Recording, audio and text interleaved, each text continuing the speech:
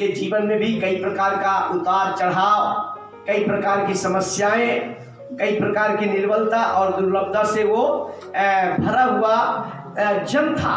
और उसका जो जीवन है एक कितना कठिन था, बहुत कठिनाई के साथ वो गुजरा है। लेकिन तब भी हम यहाँ कुछ बातों को देखते हैं जो हमारे और आपके लिए परमेश्वर आज आराधना करने के पहले हमें ले चलना चाहता है। और इस भजन संगीता के अंदर कई बातों को देखते हैं, लेकिन मैं सारे वचनों के ऊपर ध्यान नहीं करने जा रहे हैं, लेकिन कुछ वचनों के ऊपर हम ध्यान करने जा रहे हैं। जैसा ये भजन संगीता 55 को पढ़ा गया, इसमें कुल 23 वचन है ना। 23 वचन के अंदर अगर आप एक एक वचन के ऊपर प्रचार करेंगे सालों साल लगेगा, है ना। लेकिन आज आपके बीच में 55 का 22 वचन के ऊपर मैं थोड़ा प्रकाश डालना चाहते हैं। और इस वचन के द्वारा परमेश्वर आपको कई बातों के लिए उत्साहित भी करना चाहता है। और क्योंकि आज हम कई बंधन में, कई बोझ में, कई प्रकार की बातों में फंसे होंगे, हम नहीं जानते हैं, लेकिन आप स्वयं अपने स्थिति को जानते हैं। हम कौन से बोझ में लेकर के चल रहे हैं, कौन सी समस्या का जो बोझ है हम उस पर, हमारे ऊपर काफी काबू किया हुआ है, उन सारी बातों को हम जानते हैं। तो आज इसमें एक सुंदर बातों को परमेश्वर आज इस सुबह की बेला में हमें सिखाना चाहता। पढ़िएगा कोई 22 वचन। अपना बोझ यहोवा पर डाल दे, वह तुझे संभालेगा, हाँ, वह धर्मी को कभी टलने न देगा। बस, धन्यवाद। यहां पर हम देखते हैं परमेश्वर का वचन हमको एक उत्साहित करता है।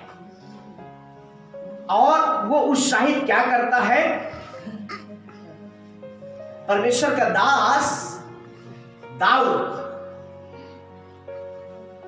प्रार्थना के रूप में यहां कह रहा है, अपना बोझ यहोवा पर डाल दे, अपना बोझ परमेश्वर पर, यीशु पर डाल दीजिए। आज वो बोझ क्या है? कौन से बोझ से आप परेशान हैं? हम नहीं जानते, लेकिन कहीं ना कहीं आप बोझ से हैं। आपका बीमारी का बोझ हो सकता है, गरीबी का बोझ हो सकता है, मुकदमाबाजी का बोझ हो सकता है, या ऐसे गुप्त पापों में आप फंसे होंगे उसका बोझ हो सकता है, या आप कई कर्जा में फंसे हैं उसका बोझ हो सकता है, या आप इतना विद्यार्थी, आप इतना पढ़ाई करते हैं, आपको याद नहीं हो पाता है, उसका बोझ हो सकता है, या अपने बच्चों के भविष्य के विषय में हम सोचते होंगे ये कैसे इससे हम छुटकारा पाएंगे, वो बोझ हो सकता है, या आपके बिजनेस में, व्यापार में, कामों में गड़बड़ियां चल रही है उसका ये बोझ हो सकता है, या अभी तक आपके पास बच्चे नहीं हैं, ये बहुत बड़ा बोझ हो आपके लिए हो सकता है।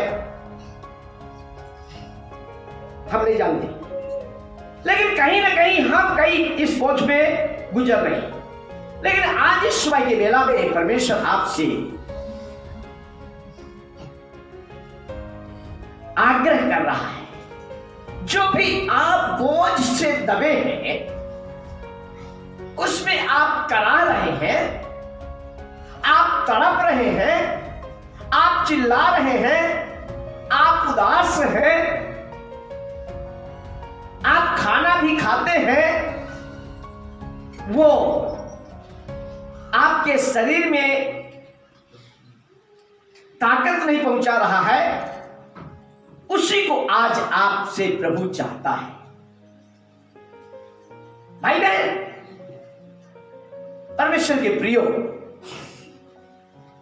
परमेश्वर हमारे निर्बलताओं को, कमजोरियों को, हमारी समस्या को लेने के लिए ही इस दुनिया में आया और इससे छुटकारा देने के लिए स्वयं प्रभु यीशु मसीह इस धरती पर चले आए। उनके द्वारा हम जरूर मसीह को पहचान गए, परंतु कई ऐसे बोझ से अभी हम ग्रसित हैं जिससे अभी तक छुटकारा नहीं मिल रहा है। लेकिन आज परमेश्वर चाहता है कि आपको उस बोझ से छुटकारा दे करके आपको जयवंत करे, आपको आनंद की भरपूरी मिलाए, खुशी की भरपूरी मिलाए, शांति की भरपूरी मिलाए।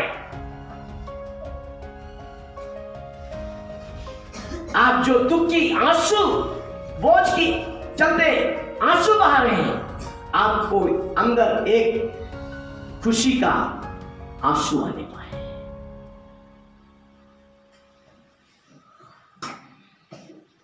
यही परमेश्वर चाहता है।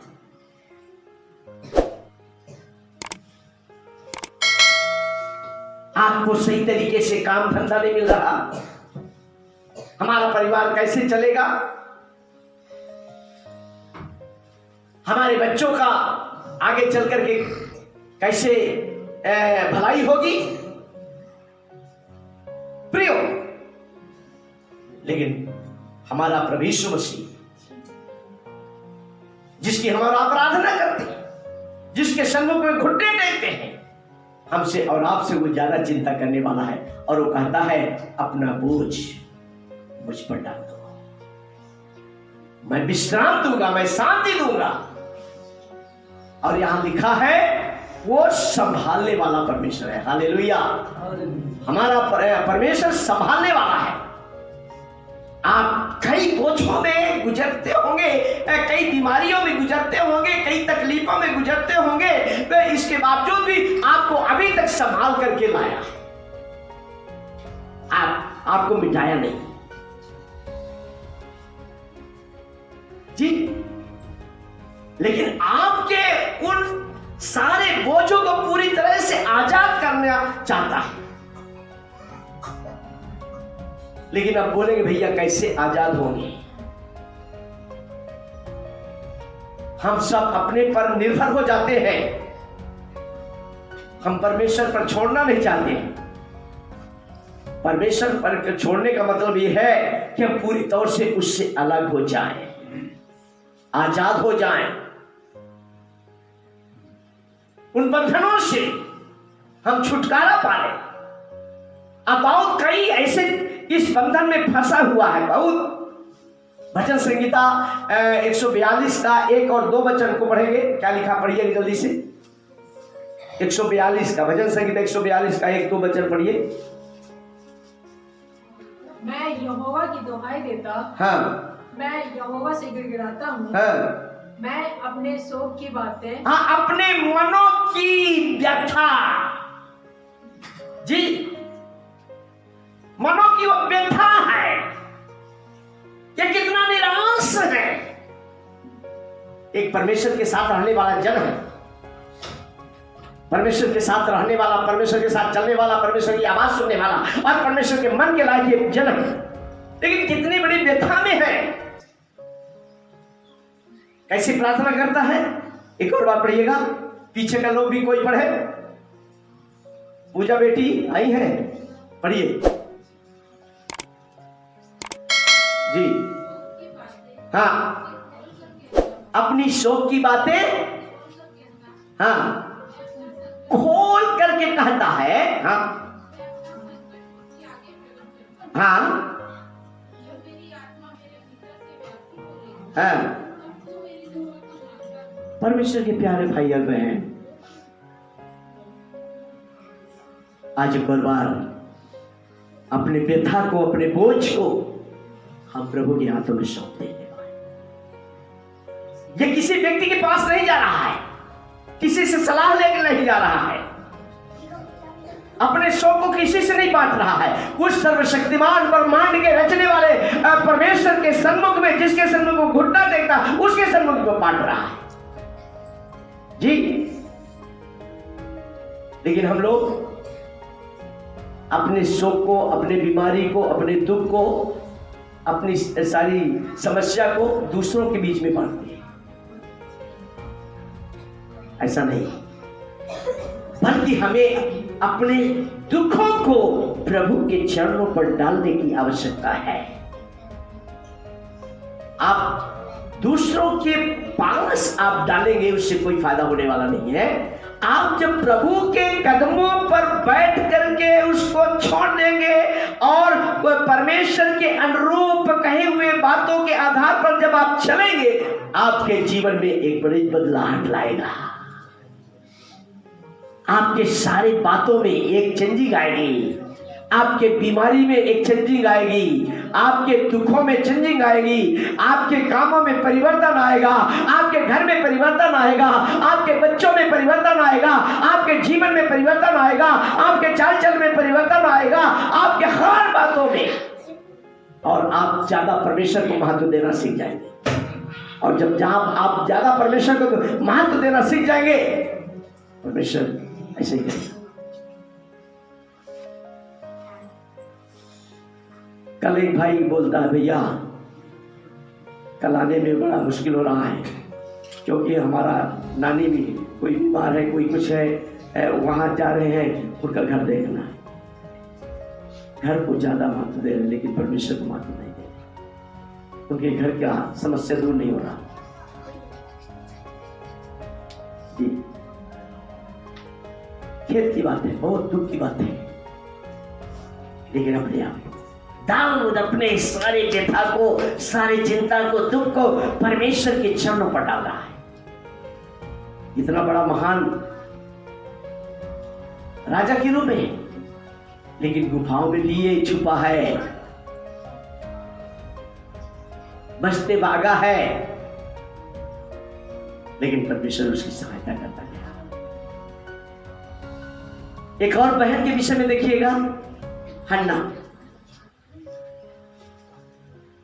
पहला सामुएल पहला अध्याय में देखेंगे, हन्ना नाम की एक महिला है। वो, उसका घराना बहुत धर्मी है। उसका पति हर साल परमेश्वर के भवन में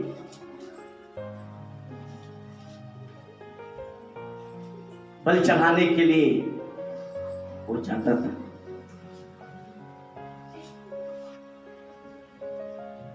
हर बरस उसके पास 2 पत्नियां थी,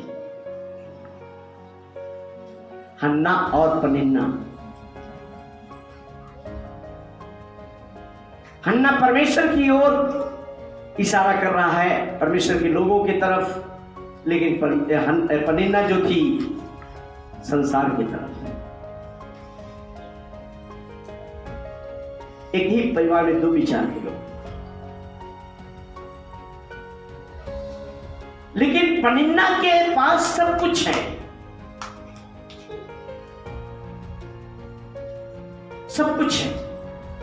हन्ना के पास कुछ नहीं, बांझ स्त्री है। उसका पति पनिन्ना से ज्यादा उसको याद करता है, उसको सब कुछ, सारी बातों में पहला स्थान देता है, लेकिन तो भी खुश नहीं है, खुश नहीं है, निराश है, बहुत बड़े बोझ में है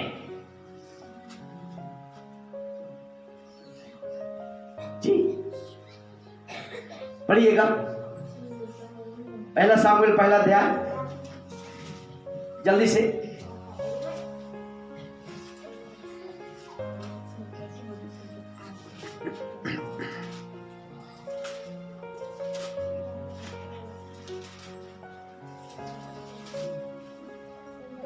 जी दूर तक पढ़िए,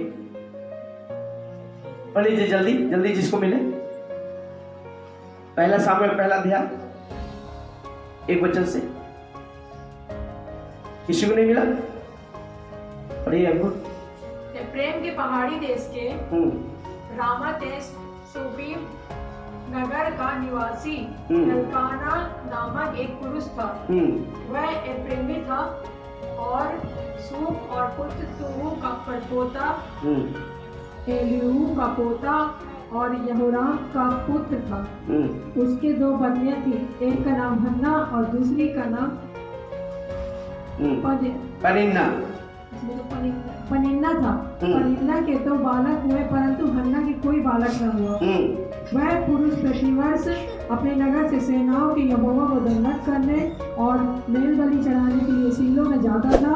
वहाँ होमनी और बस रुकिए, अभी यहाँ देखिएगा वो कितना दुखी है। आप यहाँ पढ़िएगा, आप उसी का पढ़िए 10 वचन को पढ़िए। वह मन में व्याकुल होकर वो व्याकुल होकर यहोवा की से प्रार्थना करने और बिलक बिलक कर रोने लगी। 11 वचन पढ़िए। और उसने ये मन्नत मानी। हाँ, क्या मन्नत मानी? हे सेनाओं की यहोवा, यदि तू अपनी दासी के दुख पर सचमुच में दृष्टि करे और मेरी सुधि ले और अपनी दासी को भूल न जाए। हाँ, देखिए यहाँ कितनी सुंदर प्रार्थना कर रहा है। यहाँ 3 बातों को देखते हैं। यहाँ लिखा है अपनी दासी के दुख पर दृष्टि कर, सुधि ले, भूल न जाए। और वो क्या माने?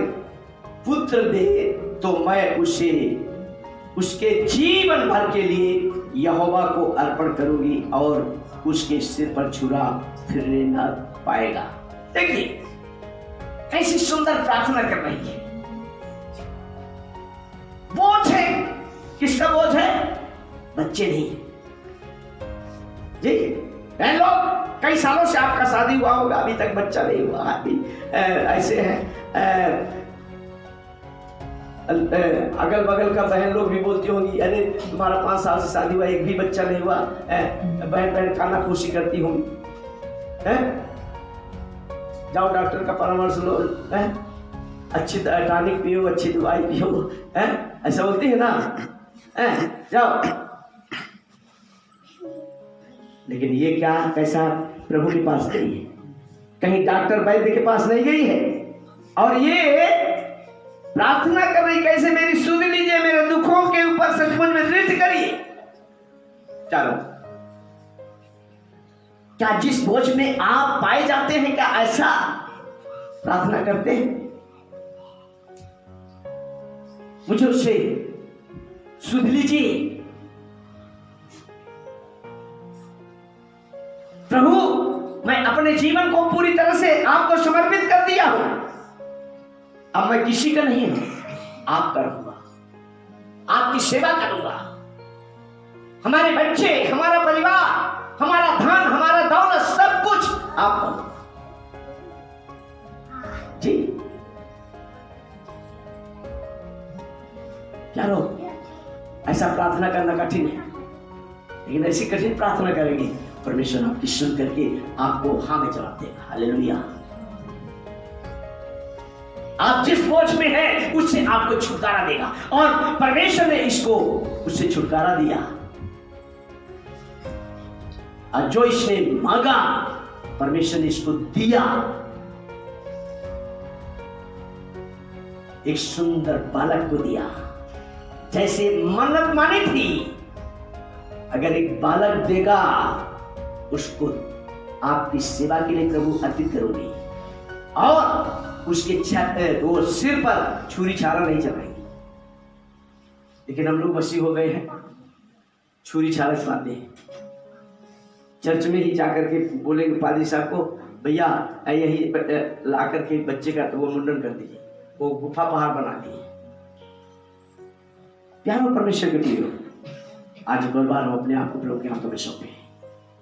हन्ना ने अपने बोझ को प्रभु के ऊपर डाल दिया, प्रभु ने सुना, हमें जवाब दिया। आपका बोझ कुछ भी हो सकता है, शायद हम सेवा में हैं, हमारी सरकारी में वो लोग आता है जाता है, और जो हमें फ्रूट मिलना चाहिए, जो आशीष मिलना चाहिए, एक मन नहीं हो रहा। क्या कारण है?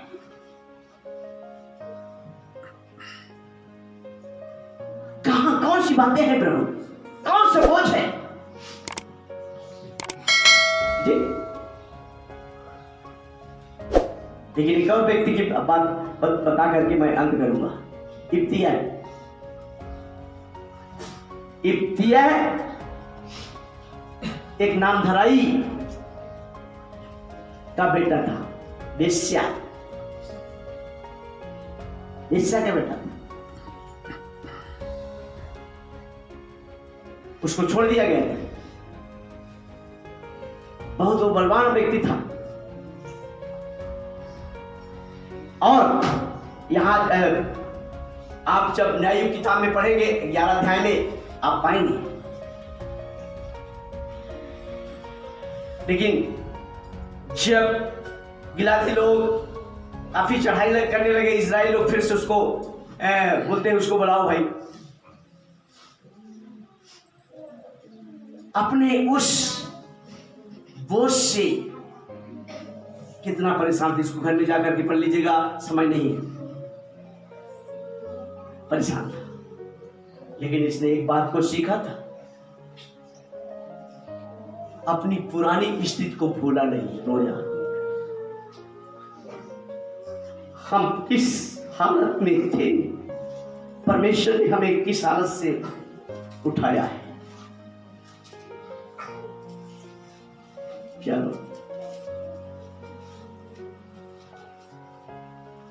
जब आपको परमेश्वर ने ऐसे स्तर से उठाया है,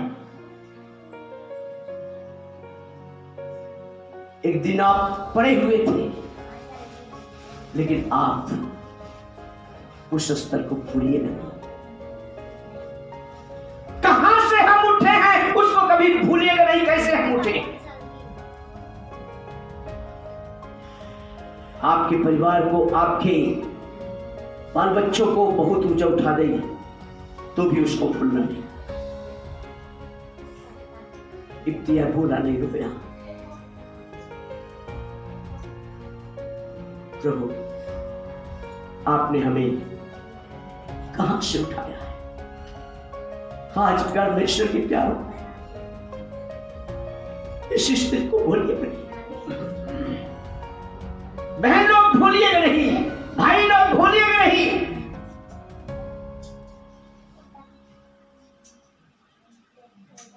प्रभु हमारी स्थिति को आप जानते हैं। कितने लोग भूल जाता है, बात छोड़िए, कितने लोग भूल जाता है। लेकिन एक तरह के विषय में जब पढ़ेंगे वो भूला नहीं, रोया। प्रभु कितना महान है, आपने हमें अपने प्रिय लोगों के बीच बनाया। आज एक और बार हम अपने आप को प्रभु के हाथों में सौंपे। हम नहीं जानते आपका बोझ क्या है। यीशु क्या कहता है, मत्ती रचित सुसमाचार उसका 11 अध्याय 28 वचन पढ़िएगा, प्रार्थना में जाएंगे। जल्दी से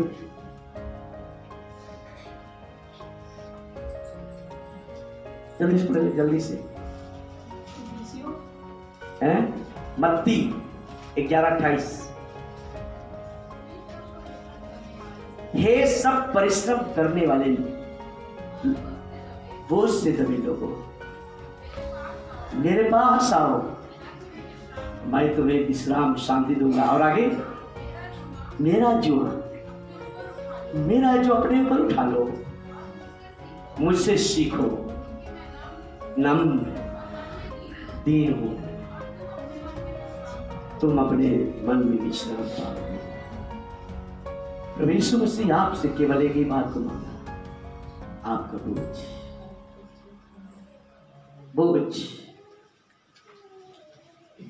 प्रभु आज हम जिस बोझ में, उससे हमें छुटकारा दीजिए, हमारी सुध लीजिए, क्योंकि आप संभालने वाला परमेश्वर है। आप हमें ऐसी स्थिति में नहीं रहने देना चाहते, बल्कि संभालता है। परमेश्वर ऐसा करने के लिए हमें बल और ताकत दें। परमेश्वर इस वचन पढ़े और सुने जाने पर बहुत आशीष दे।